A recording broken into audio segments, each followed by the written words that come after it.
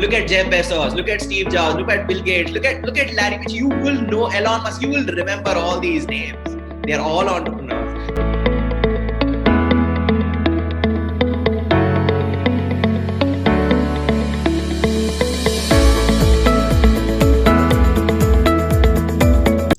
Hello, ladies and gentlemen. Welcome to the fifth episode of Let's Talk Business. I am Arnav Verma, the Vice President of the Commerce Association, and I have with me Anirban Bhattacharya, the Academics Affairs Head of the Commerce Association, Shaheed Bhagat Singh College. After the first four very inspiring and insightful episodes, we're back in conversation with yet another successful entrepreneur, Mr. Paresh Gupta. Mr. Paresh Gupta is the founder and CEO of Global Center for Entrepreneurship and Commerce. He is the brand ambassador of Rajasthan Government Youth and Sports Activities and also the brand ambassador of Rajasthan Tax Practitioners Association. He is a six-time TEDx speaker and mentor to some of the world's best startup award winners, alumnus of Delhi University, a chartered accountant, and an MBA from London School of Business and Finance. He has over 13 years of experience across Asia, Middle East, and the USA with some of the most reputed names like PwC, HSBC, and EY.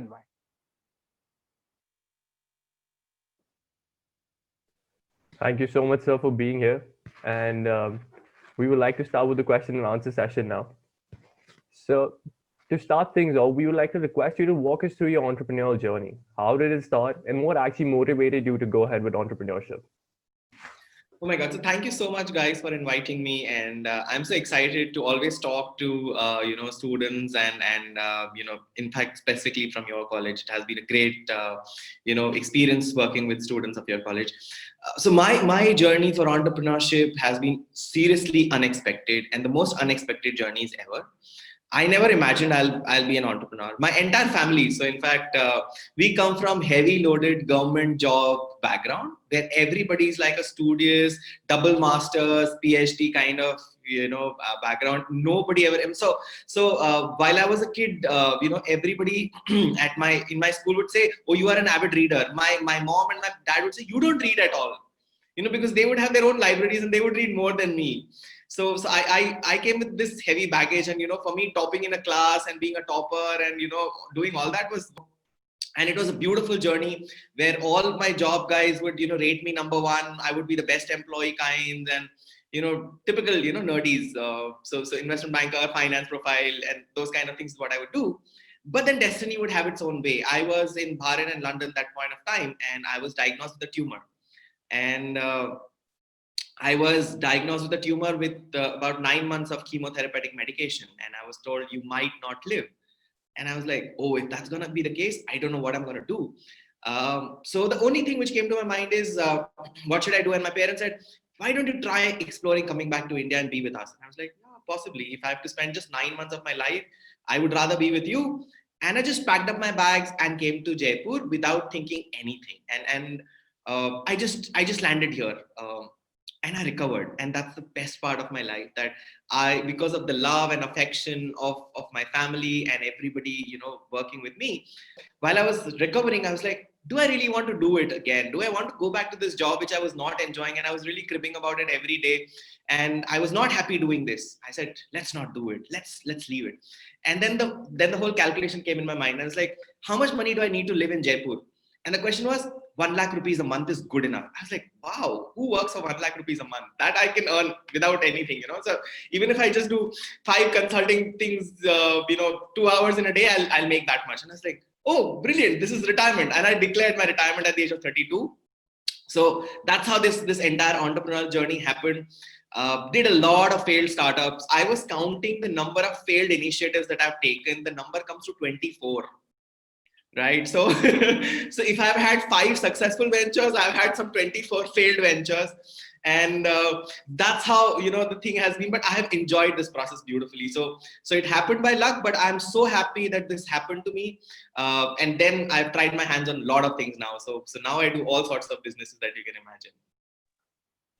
Thank you so much, sir, for the answer. Your story is such an interesting and also a very inspiring one. And we are, we are very happy that you have recovered fully from the tumor thing. So, sir, all the best for the future too. Here we go with our next question. So, sir, what are the three most important habits that, according to you, one should incorporate to be successful in whatever they do? So I think the most important thing to learn is to, imbibe failures, and I think enjoy failures. Enjoy that. Unless you learn to enjoy failures, you'll never be successful. So as I just mentioned, 24 failures to get 5 successes. And if I have this wall of awards, and I've got rooms filled of trophies. Believe me, there are multiple places where I did not win. There are multiple times when I failed. I struggled in my life multiple times to be where I am right now. So I think first thing is, please enjoy failures. Enjoy it. Give it a shout out and laugh at it when you fail, right? So that is the best thing that can happen. Number two is, keep doing it repeatedly. So don't give up. So I think it's about just doing it, keep improving and doing it, keep improving and doing it. And there is nobody to do anything for you. So entrepreneur's journey is a very lonely journey. That's the worst part about being an entrepreneur, that nobody's there with you. You don't have colleagues. So they are not. So you are the boss sometimes, and you are the one who has to maintain that balance of being a leader, plus being a colleague, plus being a partner, plus being a friend, plus also being, a strict administrator sometimes. So it's a very lonely journey. Nobody comes with you. Everybody will, really disparage you. And number three is, do not worry about people. Trust me, if I were to say it in Hindi, log kya kahenge is the most stupid thing that can happen in life. I can tell you a very classic example that when I decided to embark this journey of entrepreneurship in India, a lot of people came and told me that you are a fool. You are the biggest fool on earth. You have a fancy job. Go back to London. Go back to Singapore. Take up a job. Why are you doing this to yourself? And I was like, I want to do this. And they literally castigated me as a fool. And then I lost 40 lakhs in my business. I was going through struggles and I was failing. And I said, we told you will fail. We told you will not be able to catch up. But then when I started having my success story, and then when things started turning around, and then, things, award and this and that, recognition, money, business started happening, they all came back and said, we told you you'll be successful one day. They change. And they change based on what you do, right? So just don't care about people. Just be focused on what you want to do. You will accomplish it. And these three things is what I have learned most of the people follow when they kind of grow. So that's a true winner's mindset right there. And I hope, people are inspired hearing that and they follow the same steps.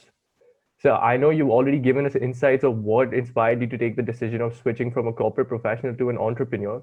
But what would you recommend are the main things that you go after while being an entrepreneur? So I think, so forget about my story, but for anybody like you, my question to you is, name any rich man, Forbes 500, who is an employee. Can you ever become an employee can you ever become rich by being an employee? You can never do that. That's impossible. So the question is, do you want to become rich? Do you want to earn money? Do you want to do something different?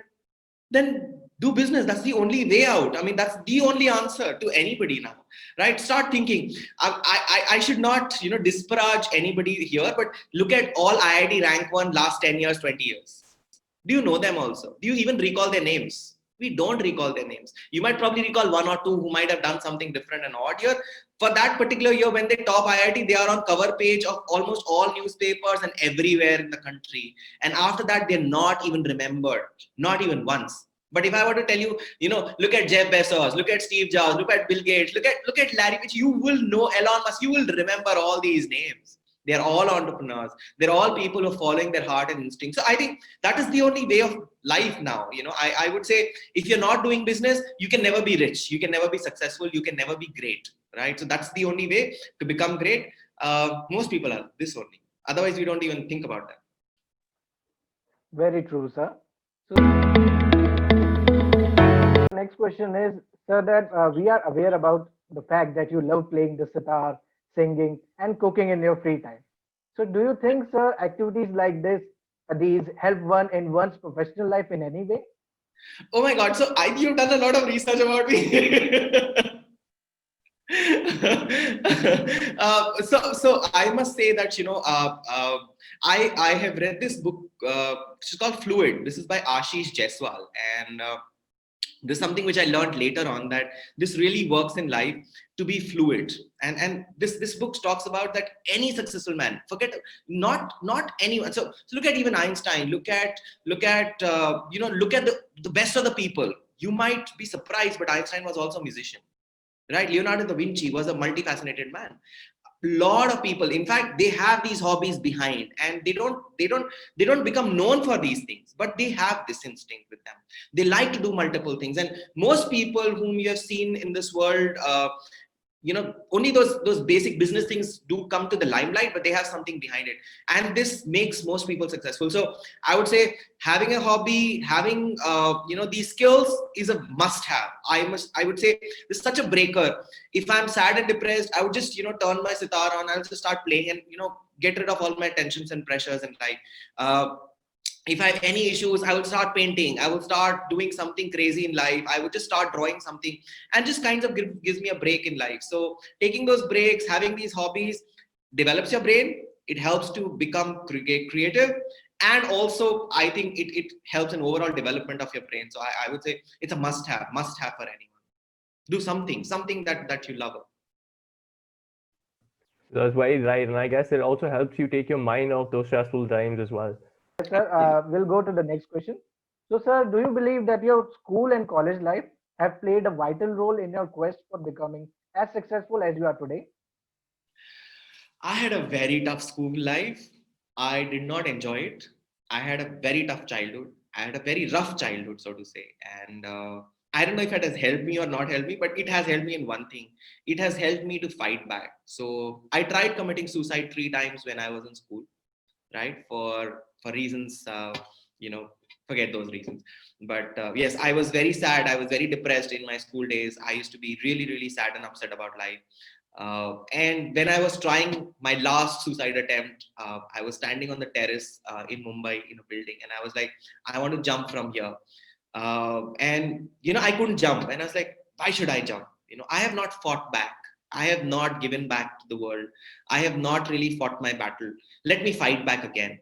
And this entire experience of my college days and my school days, so in fact you'll be surprised, but in my college also, so we were the biggest ragging scandal in the history of SRCC. So my roommate was ragged, I was the eyewitness, and I identified 11 people, and those guys got suspended from the college. It was the top news in all the newspapers that you can ever imagine. And 2000 is the actual year when Delhi University banned ragging, and I was the man behind it, because I was the one who stood by it and said, yes, it happened. 11 guys got suspended. I will not change my statement. And that's exactly how I learned to fight in my life. So yes, it has helped me to fight back. I had a very tough one. So I can say my school days and college days were not fun days.